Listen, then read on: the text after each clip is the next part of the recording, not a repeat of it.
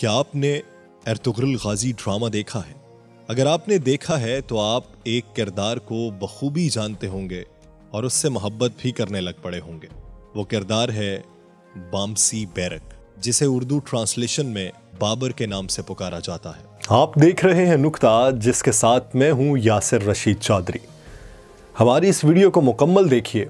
अगर पसंद आए तो हमारे चैनल को सब्सक्राइब कीजिए और बेल आइकन को दबाइए ताकि आपको लम्हा ब लम्हा ऐसी मालूमाती वीडियोस पहुंचती रहें। बसूरत दीगर हमें अपनी राय से आगाह कीजिए।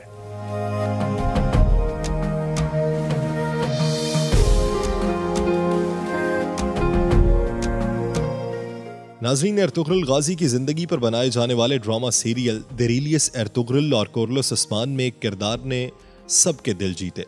दो तलवारों से दुश्मनों पर आंधी बनकर टूटने वाले बामसी बैरक की बहादुरी तो सबने देखी, लेकिन क्या उस्मानी तारीख में वाकई में कोई ऐसा शख्स था या वो एक अफसानवी किरदार ही था?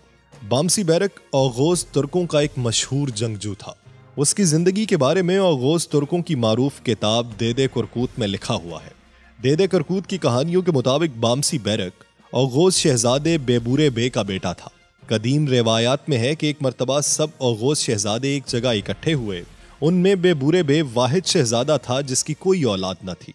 वो उस मजमे में रो पड़ा कि उसके बाद उसका कबीला तबाह हो जाएगा। उसका ना कोई भाई है ना कोई बेटा। उसकी हालत देखकर सब शहजादों ने अल्लाह से दुआ की कि अल्लाह बेबूरे बे को औलादे नरीना अता करे। इस मौके पर एक और शहजादे बेबेचन ने भी उनसे औलाद की दुआ करवाई। कुछ अरसे बाद दोनों शहजादों को औलाद अता हुई। बेबूरे बे के घर एक बेटा पैदा हुआ, जबकि बेबेचन के घर एक बेटी पैदा हुई। कुछ अरसे बाद बेबूरे बे ने अपने कुछ गुलामों को कुस्तुनतुनिया भेजा कि वो उसके बेटे के लिए तहाइफ और दूसरी चीजें लेकर आए। चूंकि सफर ज्यादा था तो उनकी वापसी सालों बाद हुई। वो इंतहाई महंगी अशिया लेकर वापस आ रहे थे। अर्ज रोम में अपने कबाइल से थोड़ी दूर एवनिक के कले से उनके काफले पर हमला हो गया, लेकिन वहां एक नौजवान ने दोनों हाथों से तलवारों के साथ लड़ते उन सब डाकुओं को मारा और उन काफले वालों को बचा लिया।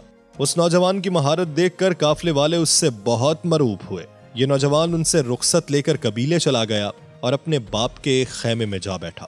ये काफला जब कबीले पहुंचा तो ताजिर बेबूरे बे के खैमे में गए तो उसी नौजवान को बेबूरे बे के साथ बैठे देखकर उन्होंने उसके हाथ चूमना शुरू कर दिए।